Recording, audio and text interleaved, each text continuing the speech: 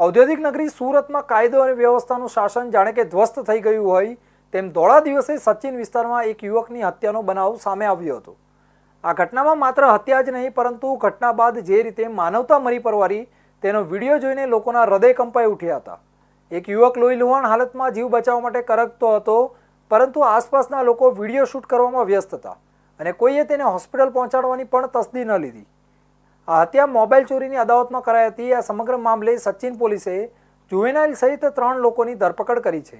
સચિન પોલીસના જણાવ્યા અનુસાર આ હત્યા પાછળનું કારણ એક મોબાઈલ ફોનની ચોરીની અદાવત હતી।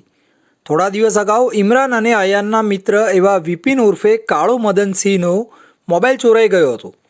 આ બાબતે વિપિન અને તેના મિત્ર અમનસિંહનો ઇમરાનનો અને અયાન સાથે ઝઘડો થયો હતો, જેમાં વિપિને ઇમરાનને માર માર્યો હતો।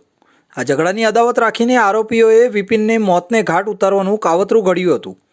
10 ઓગસ્ટના રોજ બપોરના આશરે 3:30 વાગ્યાના સુમારે સચિન સુડા સેક્ટરની શિવદર્શન કોમ્પ્લેક્સની બાજુમાં આવેલા સૌરાષ્ટ્ર લેવા પાટીદાર સેવા સમાજની વાડી નજીક આ ઘટના બની હતી। પહેલાં થયેલા ઝઘડાની અદાવત રાખીને ઇમરાન, રાઝિક અને અયાન અને અન્ય 3 જેટલા આરોપીઓ કુલ 6 લોકો 4 બાઇક પર આવ્યા હતા। તેમણે વિપિન અને તેના મિત્ર અમનસિંહ પર હથિયારો વડે હુમલો કર્યો હતો। અમનસિંહને લાકડાના ફટકા માર્યા હતા, જ્યારે વિપિન પર ઇમરાન અને રાઝિક સહિતના આરોપીઓએ ચપ્પુ વડે હુમલો કર્યો હતો। હાલ પોલીસે આ મામલે એક સગીર સહિત કુલ 3 આરોપીની ધરપકડ કરી છે અને કાયદેસરની કાર્યવાહી હાથ ધરી છે કે સચિન પોલીસ દ્વારા આ મામલે સક્રિયતા દાખવીને તાત્કાલિક કાર્યવાહી હાથ ધરવામાં આવી છે। પોલીસે આ હત્યાનો ભેદ ઉકેલી કાઢ્યો છે અને 3 આરોપીઓની ધરપકડ કરી છે, જેમાં એક સગીરનો પણ સમાવેશ થાય છે। અન્ય આરોપીઓને પકડવા માટે પણ પોલીસ દ્વારા વધુ તપાસ હાથ ધરવામાં આવી છે। પોલીસના જણાવ્યા અનુસાર કુલ 6 આરોપીઓ આ ઘટનામાં સામેલ હતા, જેમાંથી 2 સગીર છે। હાલમાં ધરપકડ કરાયેલા આરોપીઓ પાસેથી વધુ માહિતી મેળવવાનો પ્રયાસ કરવામાં આવી રહ્યો છે। ફરિયાદની જે હકીકત જે હતી એ પ્રમાણે ટોટલ 6 આરોપીઓ ફરિયાદમાં એનો ઉલ્લેખ કરવામાં આવેલો હતો। એમાં 3 આરોપીના ટૂંકા નામ હતા અને 3 આરોપીઓના નામ જણાવેલા ન હતા। સ્થાનિક પોલીસ સ્ટેશન તરફથી ખૂબ જ ઝડપથી તપાસ થઈ અને એના સંબંધે પુરાવા એકત્રિત કરવામાં આવ્યા અને 6 આરોપીઓ પૈકી જે પુરાવા એકત્રિત કરવામાં આવ્યા એમાંથી 2 આરોપી જે મેજર જે છે એ 2 આરોપીના નામ મળી આવ્યા અને ત્રીજા એક માઇનોર પણ આમાં એનું પણ ઇન્વોલ્વમેન્ટ જણાઈ આવેલું હતું। તેના સિવાય બીજા 3 આરોપી હતા, એમના પણ ટૂંકા નામ ક્લિયર થઈ ગયેલા છે।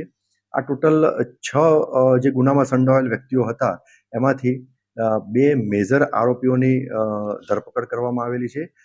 એ 2 મેજર આરોપીઓ પૈકી એકનું નામ છે આમિર આલિમ સૈયદ। એ અહીંયા સુડા સેક્ટર 1 સચિન વિસ્તારમાં રહે છે અને એ સિલાઈ કામ અને છૂટક મજૂરીનું કામ કરે છે। તેના સિવાય એક અન્ય આરોપી અજમત ઉલ્લા ઉર્ફે અયાન એશાન શેખ, એ પણ ઇસ્લામપુરા વિસ્તાર એટલે કે સચિન વિસ્તારમાં રહે છે અને એની ચિકનની દુકાન છે। અને આના સિવાય એક જે માઇનોર નું ઇન્વોલ્વમેન્ટ જણાઈ આવેલું છે, એ પણ સુડા સેક્ટર 1માં રહે છે અને એને પણ પોલીસે તાબા હેઠળ લઈ અને કાયદેસર કાર્યવાહી હાથ ધરેલ છે। આ કિસ્સામાં સૌથી કરુણ બાબત એ છે કે જો વિપિનને સમયસર સારવાર મળી હોત તો કદાચ તેનો જીવ બચી શક્યો હોત, પરંતુ લોકોની નિષ્ક્રિયતા અને કાયરતાએ તેને મોતને ભેટવા મજબૂર કરી દીધો। આ ઘટના સમાજની બદલાતી માનસિકતા પર ગંભીર સવાલો ઊભા કરે છે, જ્યાં લોકો એક જીવ બચાવવાને બદલે મોબાઈલમાં કેમેરા ઓન કરવામાં પ્રાધાન્ય આપે છે।